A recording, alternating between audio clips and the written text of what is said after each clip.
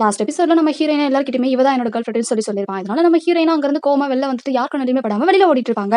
அப்பன்னு பார்த்து ஒரு பொண்ணு அவளை ஃபாலோ பண்ணினே வருவான். கண்டிப்பா இவனை நான் என்ன பண்ற பாரு அப்படின்ற மாதிரி நம்ம ஹீரோயின் நம்ம ஹீரோ திட்டிட்டே வரும்போது அந்த பொண்ணும் நான் உன்னை கொல்லாம விட மாட்டேன் அப்படின்னு சொல்லிட்டு கதையை வச்சு எதிர நிக்கிறா. யார் நீ, உனக்கு என்ன வேணும் அப்படின்னு சொல்லி கேட்கும்போது எனக்கு நீ இருக்கக்கூடாது, நீ இருந்தாலே என்னுடைய ஹீரோக்கு ஆபத்து தான் அப்படின்ற மாதிரி சொல்லிக்கிட்டு இருக்காளா. இவனுமே இல்ல இல்ல நீங்க ரெண்டு பேரும் மிஸ் அண்டர்ஸ்டாண்டிங் பண்ணிட்டு இருக்கா, எங்க ரெண்டு பேருக்குள்ள ஒண்ணுமே இல்லைன்னு சொல்றா.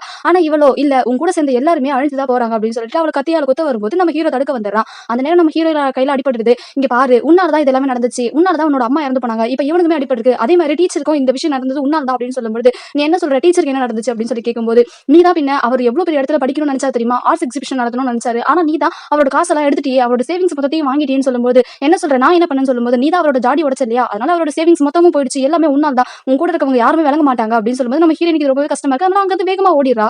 அங்கிருந்து வேகமா வந்து நம்ம ஹீரோயின் அவனோட ஃப்ரெண்டு கிட்ட எனக்கு ஒரு ஜாப் வேணும், எனக்கு ரொம்ப கஷ்டமா இருக்கு, யாரையுமே என்னால நம்ப முடியல, எனக்கு ஒரு ஜாப் வாங்கித்தான்னு சொல்லும்போது சரி ஓகே நீ கவலைப்படாத, உனக்கான ஜாப் நான் வாங்கி தரேன், நீ நாளைக்கு காலையில வா, வந்து என்ன மீட் பண்ணு அப்படின்னு சொல்லிடுறான். இப்போ அப்படியே கட் பண்ணா இந்த இடத்துல நம்ம ஹீரோ கூட ஒரு கிளாஸ்மேட் பையன் இருப்பான், அவனை காட்டுறாங்க. அந்த பையன் ஒரு இடத்துக்கு வந்து நம்ம ஹீரோயின் ஏற்கனவே பயமுறுத்தினா இல்லையா, அந்த பொண்ணு கிட்ட நீ எதுக்கும் கவலைப்படாத நான் இருக்கேன்னு சொல்லும்போது இல்ல எனக்கு அவன் தான் வேணும், எனக்கு ஹீரோ தான் வேணும், நான் அவனை ரொம்பவே லவ் பண்றேன், என்ன புரிஞ்சுக்கவே மாட்டான் அவன் சொல்லிக்கிட்டு இருக்கான். இவனுமே இல்ல நீ என்ன புரிஞ்சுக்கோ, நான் தான் உன்னை லவ் பண்றேன் அப்படின்னு சொல்லிட்டு மனசுல நினைக்கிறான். இருந்தாலும் உன்னை நான் எதுவும் பண்ணாம விட மாட்டேன், நான் உனக்கு கண்டிப்பா ஏதாச்சும் பண்ணுவேன்னு சொல்லிட்டு நம்ம ஹீரோ மனசுலயே ரொம்ப மோசமா நினைச்சிட்டு இருக்கான். இப்போ நெக்ஸ்ட் டே முடிச்சு நம்ம ஹீரோயின் வேலைக்காக சொல்லிருந்தாங்க இல்லையா, அந்த இடத்துக்கு போலான்னு சொல்லிட்டு அவங்க ஃப்ரெண்டு கூட போயிடுறா. நம்ம ஹீரோ மட்டும் தனியா வரும்போது எங்க அவங்க வரலையான்னு சொல்லி கேக்குறாங்க.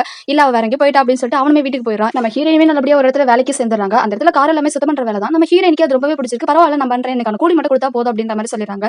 சரி சரி ஓகே ஓகே நீ இங்க சேஃபா இருக்கலாம் அப்படின்ற மாதிரி அவனுமே சொல்லி விட்டுட்டு போயிடுறான். இதே மாதிரி டெய்லி போய்கிட்டு இருக்கு. அப்போ ஒரு நாள் நம்ம ஹீரோவும் ஹீரோட ஃப்ரெண்டும் கார் எடுத்துட்டு வராங்க. அந்த இடத்துல நம்ம ஹீரோயின் வேலை பார்க்கறத பார்த்துட்டு அவங்களுக்குமே ஒரு மாதிரி இருக்கு. கூட ஒர்க் பண்றவங்க எல்லாமே நம்ம ஹீரோயின் ஒரு மாதிரி புலி பண்றத பார்க்கும்போது அவங்களுக்கு கஷ்டமா இருக்கிறதுனால நம்ம ஹீரோட ஃப்ரெண்டு காலியா அவன் வந்துட்டு நீங்க இந்த மாதிரி பண்ணீங்க அப்படின்னா அதுக்கப்புறம் என்ன நடக்கும்னு தெரியாது அப்படின்னு சொல்லிட்டு நம்ம ஹீரோயினை கூட்டிட்டு போயிடுறான். உனக்கு தேவைப்படுற வேலையை நான் வாங்கி தரேன், இங்க நீ இருக்க வேண்டிய அவசியம் இல்லை அப்படின்னு சொல்லிட்டு அவளை கூட்டிட்டு போயிடுறான். நம்ம ஹீரோவுமே நீங்க இந்த மாதிரி பண்ணீங்கன்னா அடுத்து உங்களுக்கு என்ன நடக்கும் தெரியாதுன்னு சொல்லிட்டு நம்ம ஹீரோயின் அங்க இருந்து கூட்டிட்டு போயிடுறாங்க. இப்போ நெக்ஸ்ட் டே நம்ம ஹீரோட ஃப்ரெண்டு சொன்னா இல்லையா, அவளை நல்லபடியா ஒரு இடத்துல வேலைக்கு சேர்த்து விடலாம்னு சொல்லிட்டு ஸ்கூல்ல இருக்கக்கூடிய அந்த ஹாஸ்பிட்டலே அவளுக்கு வேலையை வாங்கி தந்துறான். அவளுமே ரொம்பவே ஹாப்பியா ரொம்பவே தேங்க்ஸ், நான் இந்த இடத்துல ரொம்பவே சந்தோஷமா வேலை பார்ப்பேன் அப்படின்னு சொல்லிட்டு ரொம்பவே என்ஜாய் பண்ணி வேலையை பார்த்துட்டு இருக்கா. அந்த இடத்துல ஒர்க் பண்ற அந்த டாக்டர் இருக்காங்க இல்லையா, அவங்க கூட நம்ம ஹீரோயின் ரொம்பவே க்ளோஸ் ஆக ஆரம்பிக்கிறா.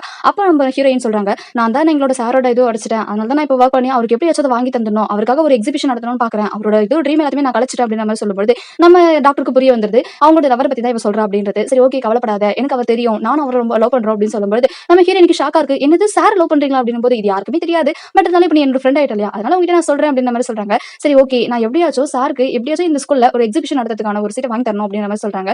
சரி ஓகே அதை நீ பண்ணு, அவர் கண்டிப்பா ஹாப்பியா இருப்பாரு அப்படின்னு சொல்றாங்களா. இங்க இருந்து நம்ம ஹீரோயின் வேகமா பிரின்சிபல் ரூமுக்கு போயிட்டு சார் இந்த மாதிரி ஒரு கிளாஸ்ல எக்ஸிபிஷன் நடத்தணும், அதுக்காக நீங்க அலோ பண்ணணும், எந்த ஒரு இதுவுமே நடக்காது, எந்த ஒரு வயலேஷனும் இல்லாம நாங்க கண்டிப்பா பண்றோம், சாருக்கான ஒரு இதுவா நானீங்க அப்படின்னு சொல்லும்போது சரி ஓகே ஏதோ நீ கேட்கற அப்படின்றத தரேன், ஆனா ஏதாச்சும் நடந்துச்சு அப்படின்னா என்ன நடக்குமே தெரியாதுன்னு சொல்லும்போது ஓகே சார் கண்டிப்பா எதுவுமே நடக்காது, நீங்க கையெழுத்து மட்டும் போட்டாங்கன்னு சொல்லும்போது அவன் கையெழுத்து போட்டு கொடுத்துறா.